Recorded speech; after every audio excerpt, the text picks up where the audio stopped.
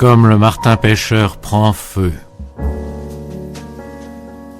Comme le martin pêcheur prend feu, comme la libellule s'enflamme, dans le poème de Hopkins, cet oiseau qui prend feu flamboie, comme le ferait un petit vitrail orange et bleu dans une église, comme toute chose de ce monde-là, comme l'homme lui-même, comme le Christ.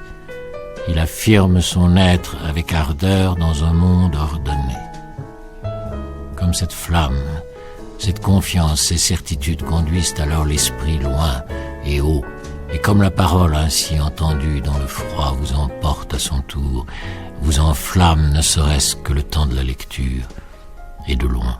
Mais l'oiseau entrevu le même, qui a flambé lui aussi orange et bleu au bord de la rivière cachée derrière les saules et les roseaux couleur d'ivoire, pour presque aussitôt disparaître dans leur abri, pour moi, ce n'était rien qu'on pût rapprocher du Christ. Ce n'était pas un morceau de vitrail dans une cathédrale où j'aurais pu prier, même pas un ange qui m'aurait apporté un message. Ce n'était qu'un oiseau, farouche, comme ils le sont presque tous, mais plus coloré, plus chatoyant que ceux que l'on voit ici d'ordinaire. Et c'était seulement la seconde fois que je le surprenais ainsi dans son domaine entre roseaux et saules, et le petit garçon qui nous accompagnait dans cette promenade de novembre un peu longue à son gré ne l'avait même pas vu, si vif que fut son clair regard.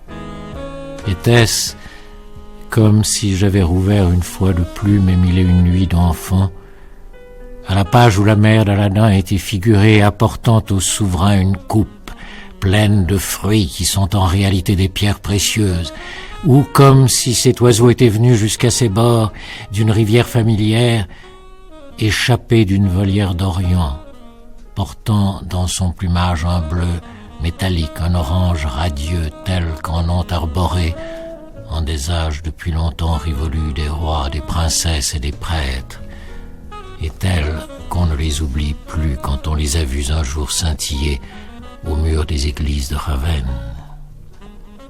Oiseau qui semble libre de tout lien, joyau, orange et bleu, presque aussi rare que ces reliques dont on n'en trouve la chasse qu'à l'occasion de certaines fêtes.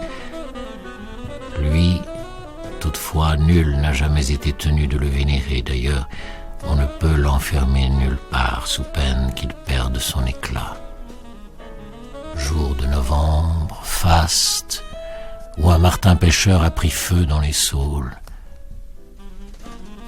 Peut-être n'est-il pas plus nécessaire de vivre 2 fois que de le revoir une fois disparu.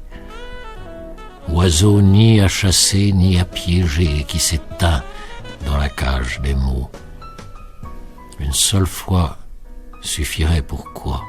Pour dire quoi? Un seul éclair plumeux pour vous laisser entendre que la mort n'est pas la mort.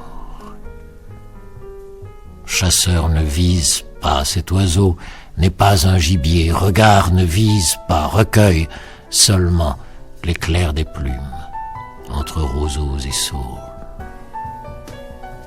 Alliant dans ses plumes soleil et sommeil. Tu n'aimes pas les joyaux plus que cela, je m'en souviens, mais un joyau ailé, un joyau avec un cœur, un éclair farouche et peut-être moqueur comme certains regards autrefois. Le martin pêcheur flambe dans les saules. Il a flambé. Et si quelque chose comme cela suffisait pour sortir de la tombe, avant même d'y avoir été couché.